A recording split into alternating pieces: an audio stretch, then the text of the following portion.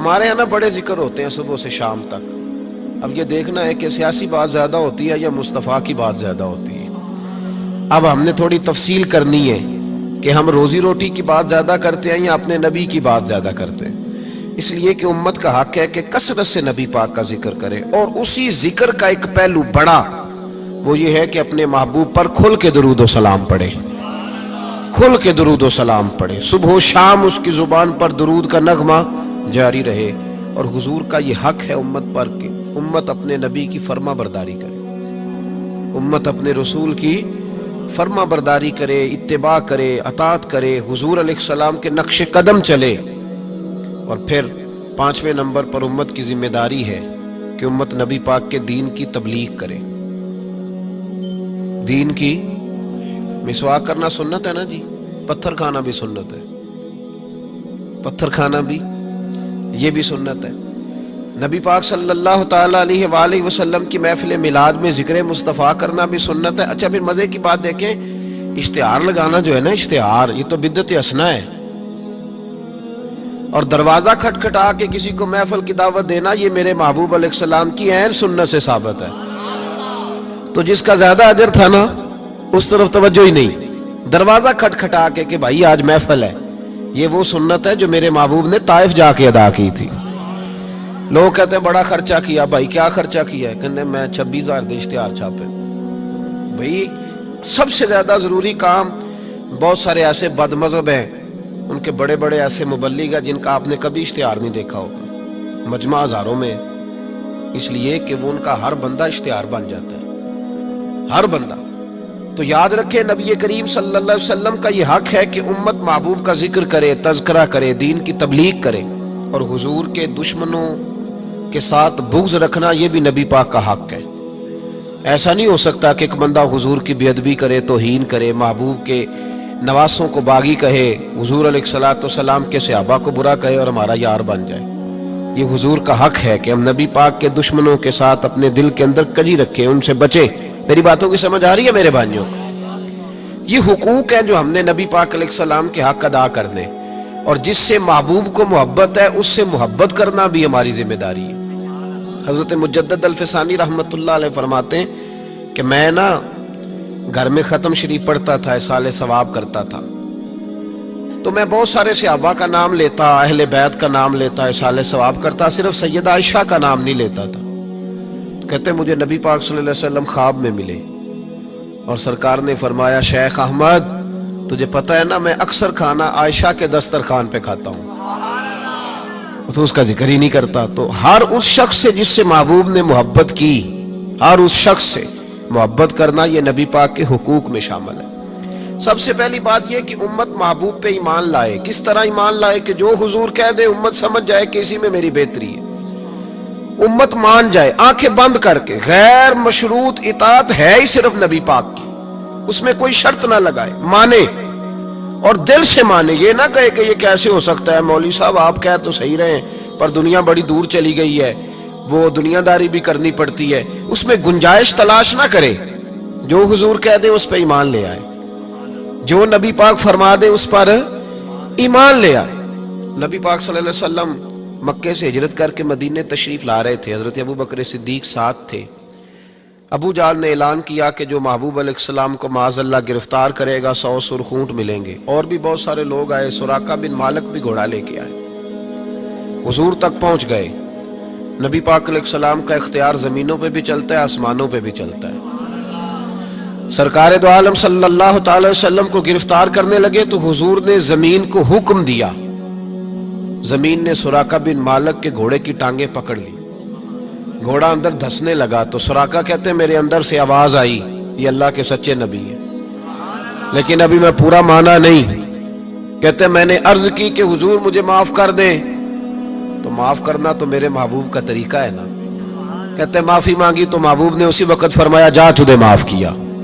سراقہ کہتے ہیں میں نے پھر جرت کی، پھر بڑھنے لگا، پھر زمین نے میرے گھوڑے کو پکڑ لیا، ٹانگیں اندر دھسنے لگی. البدایہ ون نے آیا اٹھا کر کے دیکھیے محبوب پاک سید عالم صلی اللہ علیہ وسلم نے دوسری دفعہ جب زمین میں اس کا گھوڑا دھسنے لگا تو پھر عرض کرنے لگے حضور معاف کر دیں. فرمایا جا تجھے معاف کیا.